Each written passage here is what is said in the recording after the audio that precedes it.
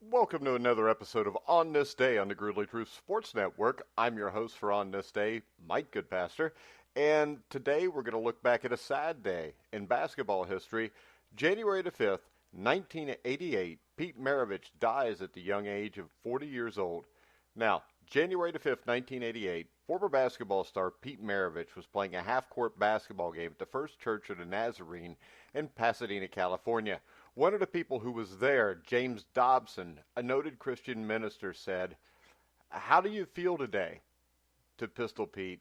And James recalled, Maravich saying, "And I promise you, these were his last words to me," Dobson said. "I feel great.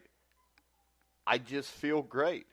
And Pastor Dobson turned to walk away, and he said he didn't know why, but he looked back at him, and for some reason, it was just in time to see him fall. Maravich collapsed to the ground from sudden cardiac arrest. He was taken to the hospital, where the medical staff was unable to resuscitate him. Maravich was pronounced dead at 9:34 a.m. He was only 40 years old. An autopsy later revealed that Maravich had a rare disease that inflamed the heart and weakened the flow of oxygen into his system. It was the very same illness that would later on, a few years later, claim the life of college basketball star Hank Gathers. Now, Dr. Frank Litvick of the Cedars-Sinai Medical Center said, what you're dealing here with the most rare of rare diseases. Until people die, nobody will know that they have this. Now, most doctors were baffled that Maravich had lived as long as he did. The defect that he had been born with usually killed people off before they turned 20 years old, yet Maravich had lasted twice that long. Now, this is the characteristic of a 16-year-old who collapses during a football game, said Paul Thompson, a sudden death expert at Brown University. But for a guy to go 10 years in the NBA and have a congenital anomaly like this is, to say the very least, highly unusual. How could a guy like that run up and down the court for 20 years? Now, even crazier was the fact that Maravich had, in fact, kind of predicted his own death in a 1974 interview with the Beaver County Times. And Pete, just then 25, said, "I don't want to play 10 years in the NBA and die of a heart attack at the age of 40. Andy Nuzzo, who had conducted that interview, was stunned when he heard of Maravich's death. "The story was laying on my desk when I got to work," he said. "I read it, and I read it, and I read it. I couldn't believe it. Everything matched with what he'd told me in 1974. Now, at LSU, Pistol Pete Maravich established himself as one of the greatest college basketball players of all time, at least offensively. In 3 years, he averaged an unheard of 44.2 points a game, the equivalent of hitting nearly 15 three-pointers in a game for every game of his career. Maravich's numbers were even more impressive when you consider that the three-point line didn't come into effect until 1987, the year before his death.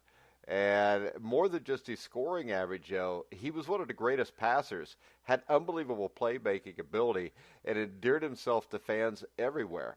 And this was on an LSU team where he was the main guy. He's the one that had to get it done. That's why he's scoring 44 points a game.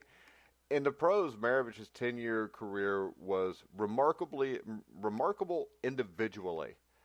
But for team success, it just wasn't there. He continued to be an impressive scorer, finished with a 24.2 point per game average in his career. In 1977, he led the league with 31.1 points per game, but his scoring never translated success. In fact, only twice in his career was he on a team that won more games than it lost in any given season.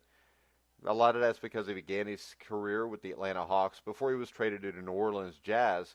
He played with the Jazz when they moved to Utah and finished his career with the Boston Celtics, where he came off the bench behind such legends as Larry Bird, Tiny Archibald, Dave Collins. He was a bit player on that team, which really frustrated him.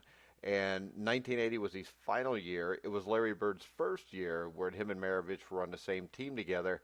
They fell short to the Philadelphia 76ers in the Eastern Conference Final, losing in 5 games. Now, Maravich, like I said, one of the greatest shooters, if not the greatest shooter that ever lived, one of the greatest offensive players that ever lived. And I remember, I think it was mid to late 70s, CBS used to do this horse game, where y'all know the old game horse. And Pistol Pete was the master of this game. He'd kick a ball in from 30 feet away, throw it up over the backboard, make the shot. He was an amazing basketball player. It's a shame he died at the age of 40, but when you look at his life, at least you could say when he passed away doing what he loved the most. So, on this day, January 5th, 1988, the legendary Pete Maravich dies at the age of 40.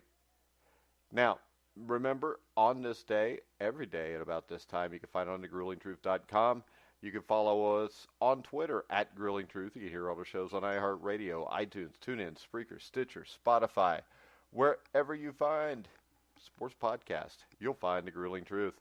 So for now, I'm Mike Goodpaster. You've been listening to The Grueling Truth, where the legends speak.